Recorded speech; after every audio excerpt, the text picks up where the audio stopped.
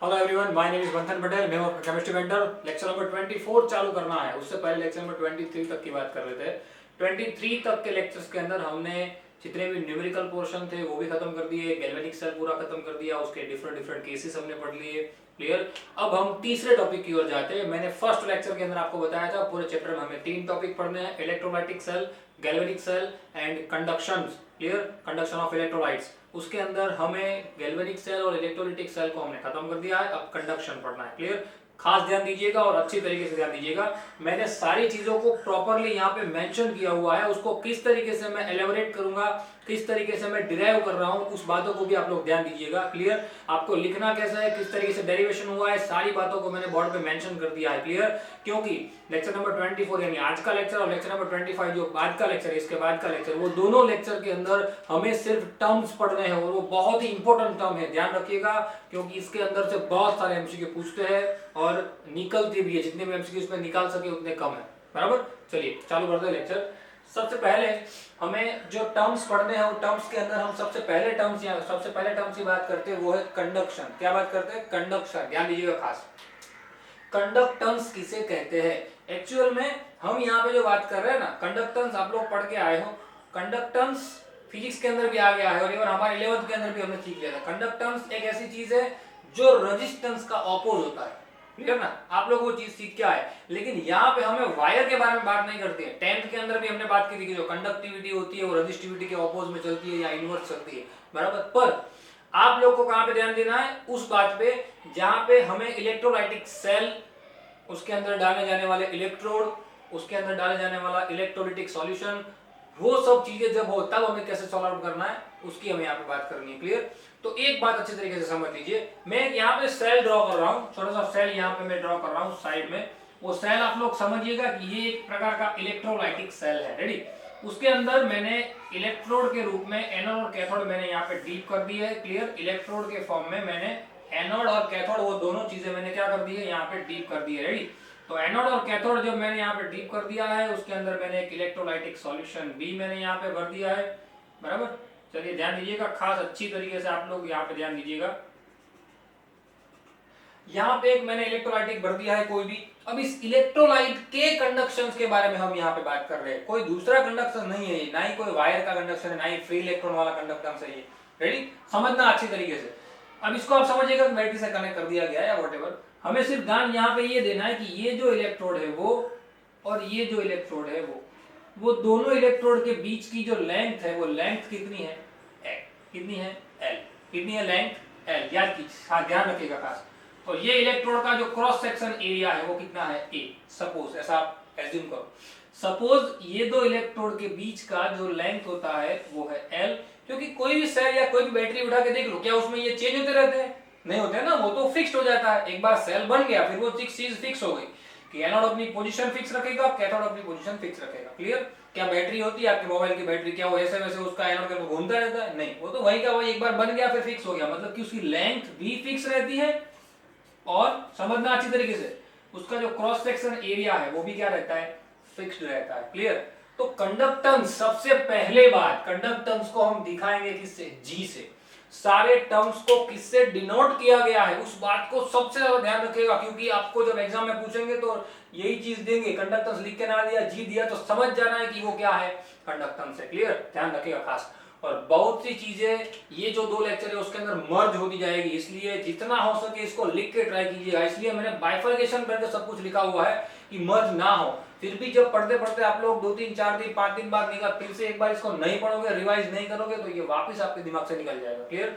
इसलिए सारी चीजों को कंपलसरी 2 टाइम 4 टाइम लिखो और लिख के याद करने की ट्राई करो। बराबर? चलिए, कंडक्टेंस मैंने अभी कहा, conductance means what?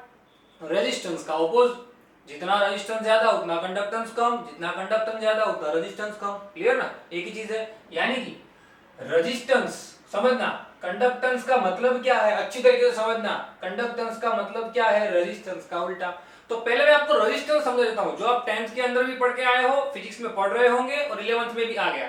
Clear? Resistance मतलब क्या? Resistance R. हमने ओम्स लॉ जब डिराइव किया था 10th के अंदर, तब हमने वो चीज लिखी थी V = IR, जहां पे R था वो कोएफिशिएंट, माफ कीजिए, प्रोपोर्शनैलिटी कांस्टेंट था, और जिसको हमने रेजिस्टेंस नाम दिया था। और उसके तुरंत बाद की थियरी थी रेजिस्टिविटी। क्या था? रेजिस्टिविटी, रो, याद कीजिए वो theory, rho, resistivity, where resistance R is directly proportional to length of wire, resistance R is inversely proportional to cross sectional area of wire, so R directly proportional to L by A, and at the time हमने क्या किया था? R proportional की sign दूर करने के लिए बीच में एक कांस्टेंट लगाया था जिसको हमने नाम दिया था रेजिस्टिविटी रो। क्या नाम दिया था? रो, रेजिस्टिविटी, याद कीजिए, रेडी, रेजिस्टिविटी। तो वो जो है रेजिस्टिविटी, उसको बेस रख के हमें यहाँ पे चलना है, क्योंकि उसी के बेस पे ये पूरी थियरी, पूरे टर्म्स टिके हुए हैं। रेजिस्टिविटी समझना, क्या R जो था उसका हमने रेजिस्टिविटी के बेस पे एक फार्मूला बनाया था, R is equal to rho L by A. याद कीजिए, मैंने याद रखवाया था रोला, R रोला, याद हो गया? चलिए, क्या R इज इक्वल टू रोला, rho L by A. Ready, समझ में आई बात? R is equal to rho L by A, ये चीज मैंने आपको याद रखवाई हुई थी, ठीक है? R इज इक्वल टू रोला, समझिए। तो R is equal to rho L by A है, तो R समझना अब अच्छी तरीके से मैं क्या बोल रहा हूं। रो एल बाई ए को मैं कैसे लिख सकता हूं? रो इंटू एल बाई ए लिख सकता हूं। यहां पे वही है, सबको सिर्फ बाइफरकेट करना है, अलग अलग करना है, और अलग अलग करके उसको हमें समझना है, बराबर? चलिए, R इक्वल टू क्या लिख सकता हूं? रो इंटू एल बाई ए, जहां पे रो क्या था? रेजिस्टिविटी। मैंने आपको अलग से मेंशन भी कर दिया है कि जो रो है वो क्या है? रेजिस्टिविटी, एल है वो क्रॉस लेंथ है वायर की, ए है वो क्रॉस सेक्शनल एरिया। लेकिन ये तो वायर के लिए है, ये तो वायर के लिए है, हम इसकी बात करें, इसलिए मैंने ये ड्रॉ किया पहले।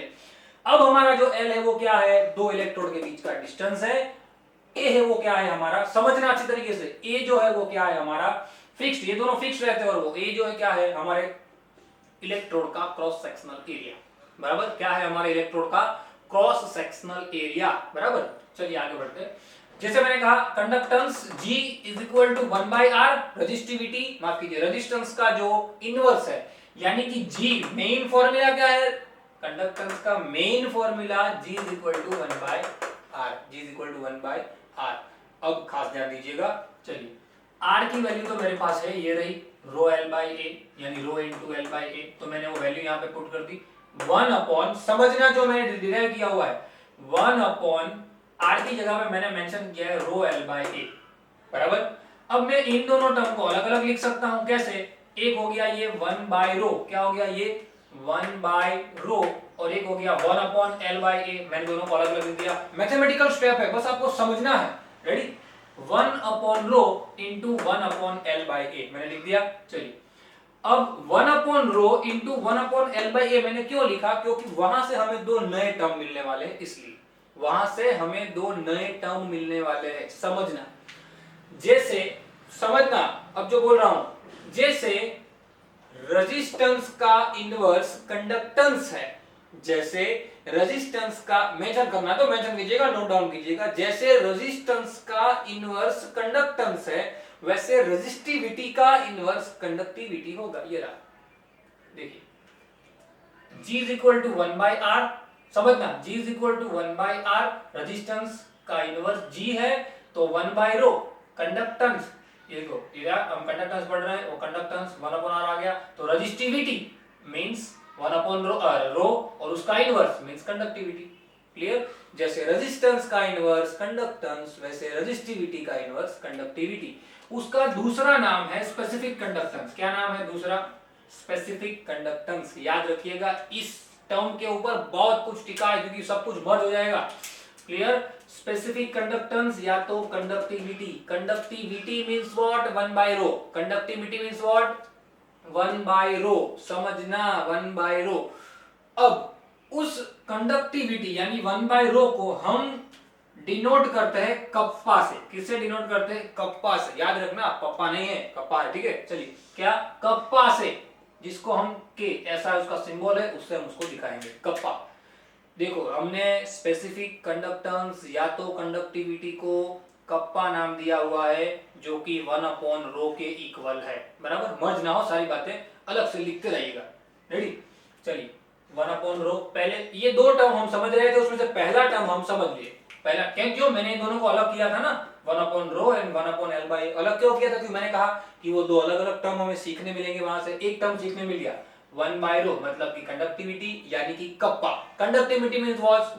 Conductivity means what? कप्पा, यानी कप्पा समझ मिल गया, बराबर? चलिए, 1/L/A उसमें L/A जो है वो क्या है हमारा, मैंने यहां मेंशन किया हुआ है सेल कांस्टेंट, एक पूरा टर्म है, ये जो है वो पूरा टर्म है, क्लियर ना, ये पूरा टर्म है वो क्या है, कंडक्टिविटी, सिर्फ रो नहीं, सिर्फ रो तो रेजिस्टिविटी है, इनवर्स कंडक्टिविटी, सेल कांस्टेंट क्या, सिर्फ L/A, पूरा 1/L/A नहीं, सिर्फ L/A मेंशन कीजिएगा, सिर्फ L/A जो है वो क्या है हमारा, सेल कांस्टेंट, क्लियर। चलिए तो अब नेक्स्ट हमें जो टर्म पढ़ना है वो क्या है, सेल कांस्टेंट। अब सेल कांस्टेंट को कुछ बुक के अंदर x से डिनोट किया गया है और कुछ बुक के अंदर G स्टार से डिनोट किया गया है। हम लोग इसको G स्टार से डिनोट करेंगे क्योंकि मैक्सिमम केसेस में जहां तक मैंने देखा है उसको G स्टार से डिनोट किया गया है, बराबर। किसी किसी बुक्स में x से डिनोट किया गया, तो आप x भी देखो समझ जाना कि वही क्या है, हमारा सेल कांस्टेंट है, क्लियर। मींस x और G star is equal to, मैंने कौन सा फॉर्मूला आपको बताया, L/A। कौन सा फॉर्मूला बताया, L/A। समझना अच्छी तरीके से, मिस्टेक ना हो।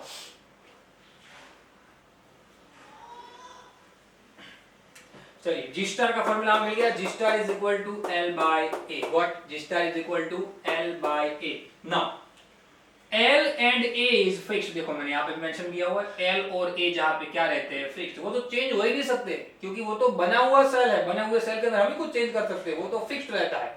दोनों का बीच का डिस्टेंस अगर 1 सेंटीमीटर है तो रहेगा, एरिया 10,000 सेंटीमीटर स्क्वायर है तो रहेगा, हालांकि इतना बड़ा होता नहीं है पर है तो रहेगा, क्लियर, वो हम चेंज नहीं कर सकते। चलिए समझ में आगे बात, ये हो गया सेल कांस्टेंट और ये हो गया कंडक्टिविटी। यानी कि हम पढ़ रहे थे कंडक्टेंस, और कंडक्टेंस को पढ़ते पढ़ते हमने तीन टर्म पढ़े, एक पढ़ा रेजिस्टेंस, एक पढ़ा कंडक्टिविटी जो बेस था रेजिस्टिविटी के, और एक पढ़ा सेल कांस्टेंट, क्लियर। इतनी चीजों को हमने पढ़ लिया, क्या किया हमने, इतनी चीजों को हमने पढ़ लिया। तो इतनी समझना अच्छी तरीके से, सारी चीजों को मेंशन करते रहेगा जो मैं बता रहा हूं आपको, बराबर। चलिए तो वो जो कंडक्टेंस है उसका मेन फॉर्मूला अब हम डिराइव कर देते हैं, डिपेंड्स ऑन, हमने जो फॉर्मूला लिखे हैं, so G is equal to what, हमने लिखा था G is equal to 1/R, means G is equal to what, 1/ρ into 1/L/A। 1/ρ उसको हमने क्या नाम दिया, कप्पा। 1/ρ को क्या नाम दिया हमने, ये रहा, 1/ρ को क्या नाम दिया, कप्पा यानी K। 1/L/A, जिसमें L/A को हमने क्या नाम दिया, G स्टार, G स्टार नाम दिया ना, सेल कांस्टेंट, क्या नाम दिया, सेल कांस्टेंट, G स्टार, ठीक है।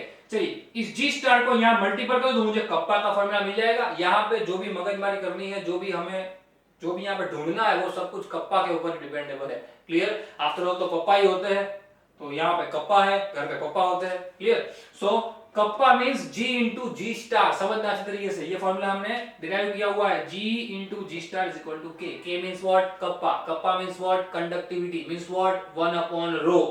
समझना, मिस्टेक ना हो, क्योंकि इसके जो सम्स होंगे ना उसके तो अंदर बहुत टेढ़ापन आएगा, एमसीक्यू के अंदर बहुत चेंज आएंगे, सब कुछ, बराबर। वीडियो को बार बार देखिएगा, जो भी चीज मैं बोल रहा हूँ ना वो चीज को धीरे धीरे देखते देख के सारी बातों को नोट डाउन करते जाइएगा, क्लियर, तो आपको सब कुछ क्लियर हो जाएगा। चलिए यूनिट की बात करते हैं, यूनिट के अंदर हमें क्या करना है, समझना। हमने फॉर्मूला तो डिराइव कर दिया कप्पा का, अब हम उसके यूनिट की बात करते हैं। यूनिट क्या है उसका, समझना। हमने K इक्वल टू डिराइव किया G इंटू G स्टार, क्या डिराइव किया, G इंटू G स्टार। और आप तो 10th में से पढ़ के आ रहे हो कि जब भी कभी, इवन फिजिक्स के अंदर भी पढ़ते होंगे कि जब भी कभी आपको फॉर्मूला का यूनिट डिराइव करना है तो आपको सबसे पहले फॉर्मूला के अंदर जो जो टर्म्स है उनके इंडिविजुअल यूनिट लिखने पड़ते हैं।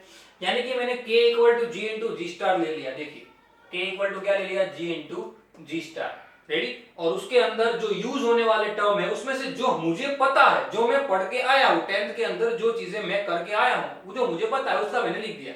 R का यूनिट है ओहम, मींस इसको आप ओम कहते हो, और रो यानी रेजिस्टिविटी का यूनिट है ओम मीटर, क्लियर। क्या यूनिट है उसका, ओम मीटर, बराबर। आप 10th के अंदर वो चीज पढ़ के आए। चलिए now K, kappa means what, G into G star. तो मुझे इन दोनों के इंडिविजुअल यूनिट लिखने पड़ेंगे, तो देखो मैंने दोनों का बॉक्स बना दिया, दोनों का मैंने अलग से बॉक्स बना दिया है। G के यूनिट को मैंने यहाँ पे डिराइव किया है और G स्टार के यूनिट को मैंने यहाँ पे डिराइव किया है। समझते हो यूनिट क्या है, क्योंकि कुछ यूनिट यहाँ पे नए आए हैं।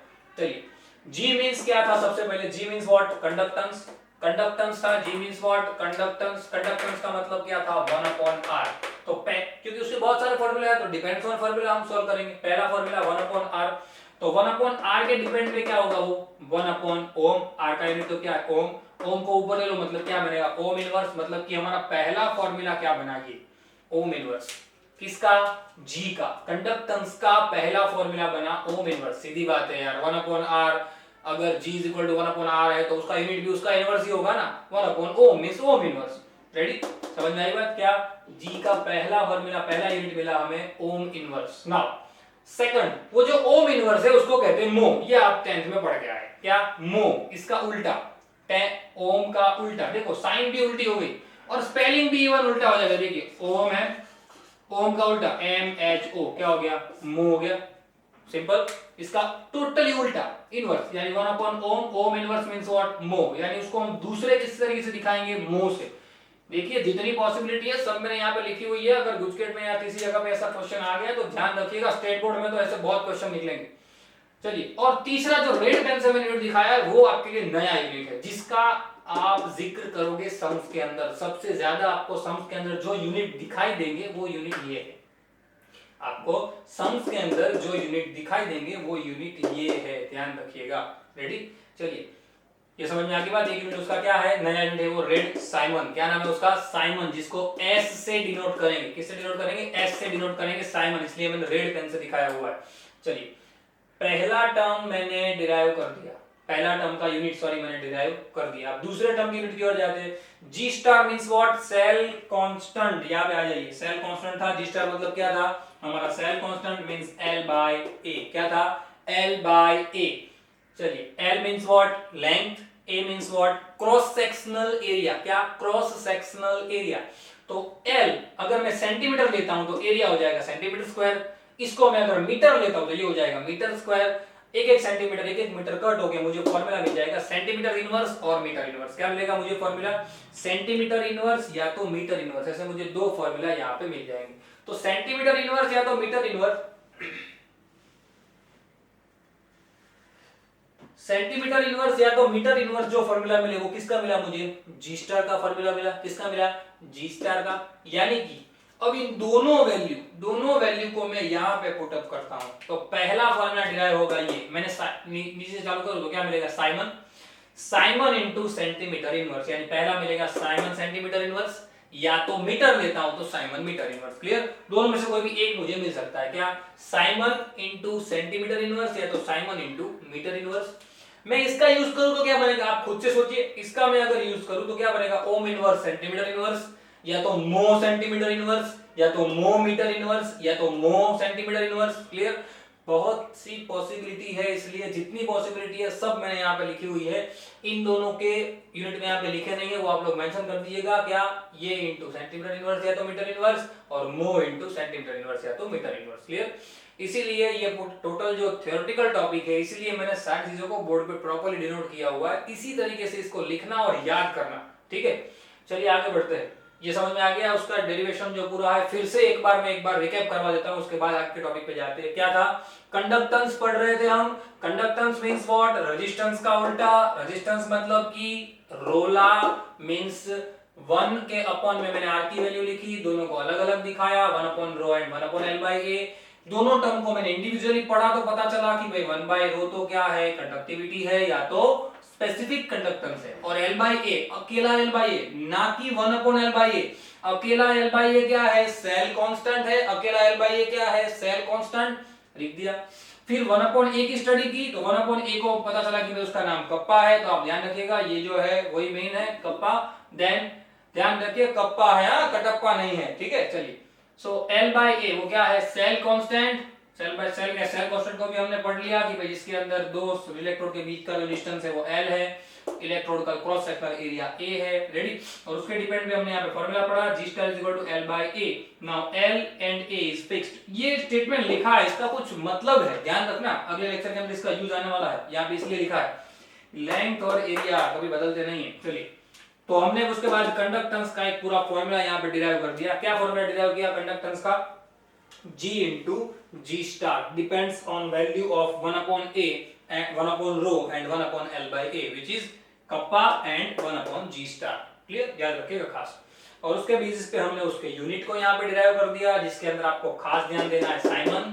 क्लियर? जो नया यूनिट है 1/, और मो तो आपको पता था, लेकिन ये आपका नया यूनिट है। आपको देखने को मिलेगा सम्स के अंदर सबसे ज्यादा ये, सबसे ज्यादा आपको देखने को मिलेगा ये siemens centimetre inverse, siemens metre inverse, या तो ohm metre, ohm inverse, centimetre inverse. Clear?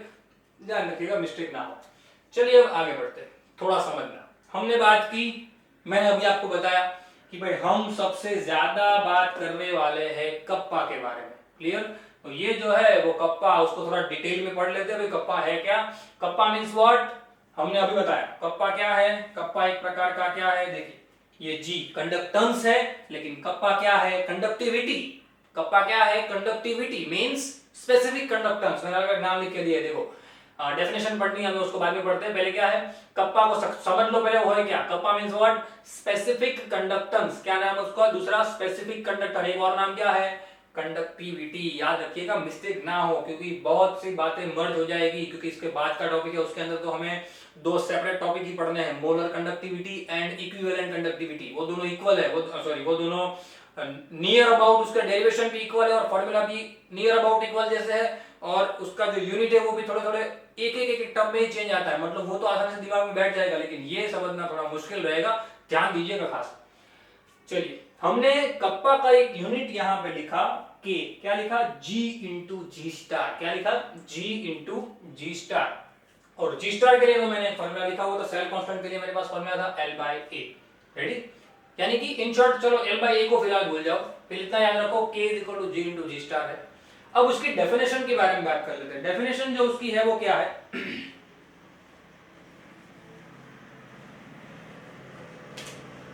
the conductance of 1 ml electrolytic solution is called specific conductance or conductivity। अब ये जो है वो कहना क्या चाहता है, डेफिनेशन तो सब लोग रट लेते हैं, लेकिन इस ये जो डेफिनेशन है वो तो आपको समझनी जरूरी है, क्योंकि सम्स के अंदर इसका बहुत यूज आएगा, इसलिए क्लियर। समझिए, उस फॉर्मूला से मैं आपको ये डेफिनेशन समझाता हूं तो आपको ज्यादा दिमाग में बैठ जाएगा। चलिए, मैंने लिखा है के kappa is equal to G into G star. अब समझिए, मैं लिख रहा हूं L by A, G star की जगह पे क्या लिख रहा हूं, L by A। G star की जगह पे लिख रहा हूं L बाय A, क्योंकि सेल कांस्टेंट का फॉर्मूला वही था, cell constant is equal to L by A। Ready? Now मैं सपोज मैं लेंथ जो है, लेंथ वो ले लेता हूं 1 सेंटीमीटर या तो 1 मीटर, एरिया में लेता हूं 1 सेंटीमीटर स्क्वायर या तो 1 मीटर स्क्वायर। क्लियर? सेंटीमीटर में रखो, इन शॉर्ट कोई एक यूनिट में रखो, मैं सेंटीमीटर में रखता हूं। L जो है वो क्या है, 1 सेंटीमीटर, एरिया जो क्या है वो 1 सेंटीमीटर स्क्वायर। तो उसका वॉल्यूम जो है वो क्या हो जाएगा, 1 सेंटीमीटर क्यूब हो जाएगा। सिंपल है यार, volume is equal to length into area. आप लोग जानते ही हो, लेंथ और एरिया पूरा कवर अप करना मतलब क्या, कितनी लेंथ है वो और उसका जो एरिया है वो जितना भी होगा, वो सब जितना भी कवर हो गया आएगा वो वॉल्यूम मिलेगा। क्लियर?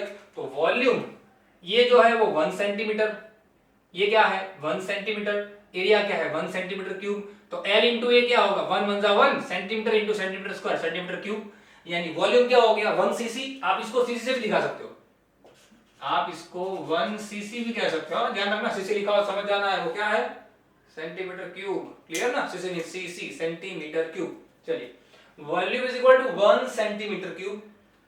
क्यों बना, क्योंकि मैंने इन दोनों को 1 1 लिया, ये कंडीशन ली इसलिए। अब आप लोग मैथमेटिक्स के स्टूडेंट हो तो जानते हो, बायो वाला को भी पता, इतना तो पता ही होगा कि भाई 1 centimetre cube is equal to 1 ml होता है, याद है ना। देखिए 1 litre is equal to 1000 centimetre cube, वो तो आप जानते हो, 10th में पढ़े थे। क्लियर? एक चीज वो भी पढ़े थे कि भाई 1 metre cube is equal to 1000 litre, और साथ में ये चीज भी आई थी 1 centimetre cube is equal to 1 ml, दोनों छोटे छोटे यूनिट। क्लियर ना, दोनों छोटे छोटे यूनिट है। 1 centimetre cube is equal to 1 ml, यानी कि मैं ये सेंटीमीटर क्यूब जो आया वहां पे क्या लिख सकता हूं, 1 ml लिख सकता हूं। लिख सकता हूं नहीं लिख सकता हूं, कब, ये सब कुछ कब है, जब मैंने 1 1 लिया हुआ है तब, तब तक नहीं, तब तक ये नहीं है जब तक मैंने ये 1 1 लिया है, तब तक ही है ये। रेडी? जैसे मैं मेंशन किया above condition, at above condition. तो अब मैं यहाँ पे वैल्यू रख देता हूं, ये 1 ये भी 1 तो हट गया पूरा, तो k इक्वल टू क्या आ गया G, k इक्वल टू क्या आ गया G। मींस स्पेसिफिक कंडक्टेंस मतलब क्या, समझना। G कंडक्टेंस ही होता है, स्पेसिफिक कंडक्टेंस क्या, कंडक्टेंस, लेकिन कब, जब ये कंडीशन हो। ये कंडीशन मतलब क्या, जब वॉल्यूम 1 ml हो। अब डेफिनेशन पढ़िए, कंडक्शन एक ऐसी चीज है, sorry, conductance of 1 ml electrolytic solution, क्या 1 ml सॉल्यूशन का कंडक्टेंस वही क्या होगा, स्पेसिफिक कंडक्टेंस। दिमाग में घुस गया क्या, यहां पे 1 ml आया वॉल्यूम, 1 ml वाली कंडीशन लो, कब आ सकती है 1 ml वाली कंडीशन, जब आपने लेंथ भी 1 सेंटीमीटर ली है, एरिया भी 1 सेंटीमीटर स्क्वायर लिया है, तब बराबर। यानी कि 1 ml वाली कंडीशन, 1 ml इलेक्ट्रोलिटिक सॉल्यूशन के अंदर का जो भी कंडक्टेंस होता है, मेरे पास एक बीकर है, क्लियर, उस बीकर के अंदर मैंने क्या भर दिया, 1 ml सॉल्यूशन भर दिया। समझना, वो 1 ml सॉल्यूशन का जितना भी कंडक्टेंस होगा, उस 1 ml सॉल्यूशन का जितना भी कंडक्टेंस होगा वो कहा जाएगा स्पेसिफिक कंडक्टेंस। क्या कहा जाएगा, स्पेसिफिक कंडक्टेंस या तो कंडक्टिविटी, जिसको हम कहेंगे कप्पा। क्लियर, तो ये समझ में आ गया। इसलिए मैंने यहाँ पे शॉर्ट में डेफिनेशन भी लिखी हुई है, देखिए शॉर्ट में भी एक डेफिनेशन मैंने लिखी हुई है, क्या, conductance of 1 ml solution, 1 ml solution का कंडक्टेंस क्या कहा जाता है, कप्पा। क्या कहा जाता है, कप्पा मींस स्पेसिफिक कंडक्टेंस और कंडक्टिविटी। बराबर, चलिए समझ में आई बात। अच्छी तरीके से सारी बात को समझ लीजिएगा। जितने भी टर्म यहाँ पे पढ़े वो टर्म बहुत काम के हैं, क्लियर, क्योंकि इसके बेसिस पे हमें बहुत कुछ पढ़ना है। कॉलरोस रूल पढ़ना है, मोलर कंडक्टिविटी पढ़नी है, क्लियर, वो सारी बातें हम इसी के बेसिस पे पढ़ने वाले हैं। रेडी, अच्छी तरीके से सारी बातों को लिखिएगा, जरूरत पड़े 3-4 बार लिखिएगा और उसको जितना हो सके याद करने की ट्राई कीजिएगा। ठीक है, मिलते हैं अगले लेक्चर के अंदर, तब तक थैंक्स अ लॉट।